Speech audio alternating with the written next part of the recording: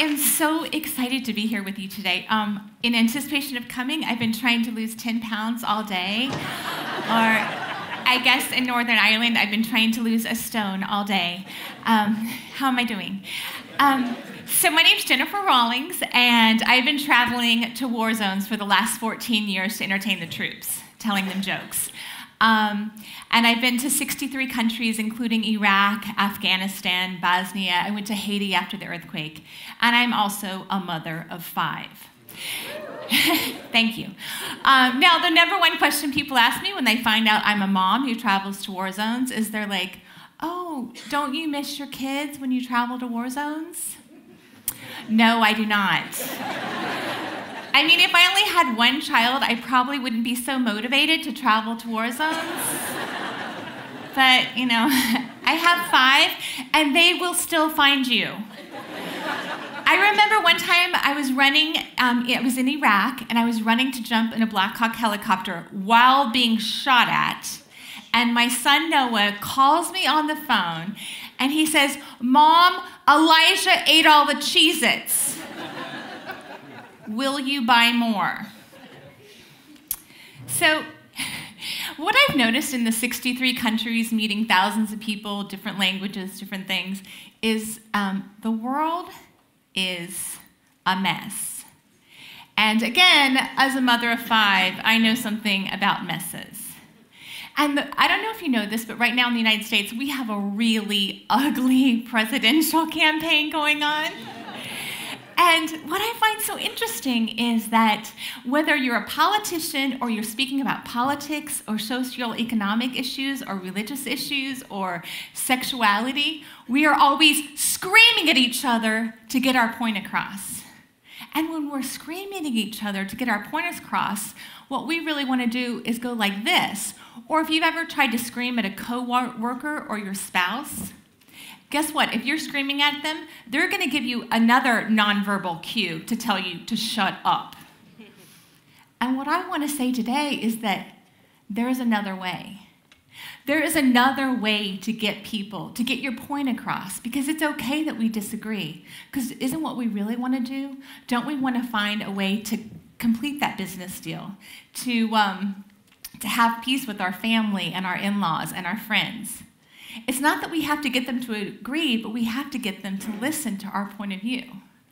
And one of the things I've noticed in my travels is that in every single language, whether you're in Iceland or in Iraq, Japan or in Jakarta, whether you're Christian or Muslim, black or white, laughter sounds exactly the same in every language. Laughter is a universal trait. And a joke is not just a way to get a laugh. It's a way to open the door. You know, my dad was a recovering attorney. And what was great about my dad was I never heard my dad say a negative word about anybody. And in fact, he would stress the importance of being silly. And I think that is a really great approach. Because when I went to William Crawley, no relation to cousin Matthew,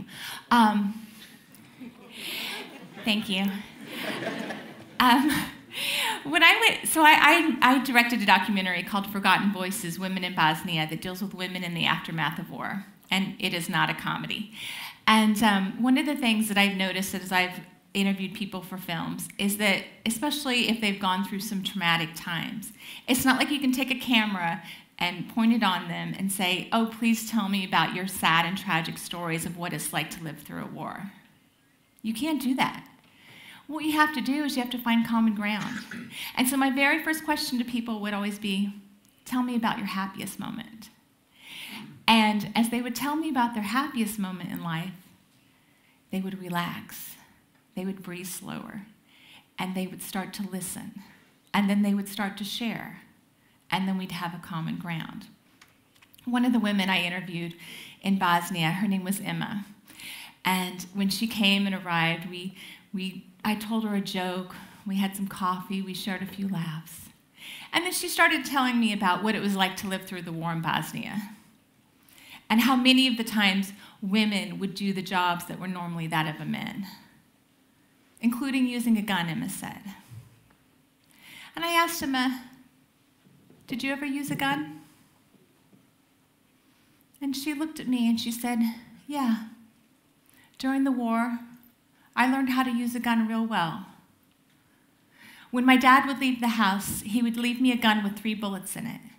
And he said, if the enemy comes to the door, I'm supposed to kill my mother, my sister, and myself.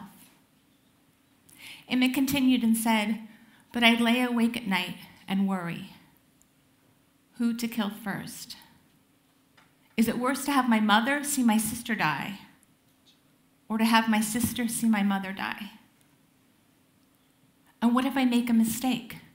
What if it's somebody else knocking at the door? Should I tell them before or not? I share the story with Emma with you today because there are Emmas around the globe. And the world is way too messy for us to just stand in our corners and scream at our opinions at one another. We owe it to our children, to ourselves, and to this planet to build bridges rather than burning them down. So whatever it takes, find common ground, even if it's a joke or laughter or asking somebody about their happiest moment. I'm not saying we're going to all disagree, because guess what? We're never going to all disagree. But imagine a world where we listen to each other, where we actually listen.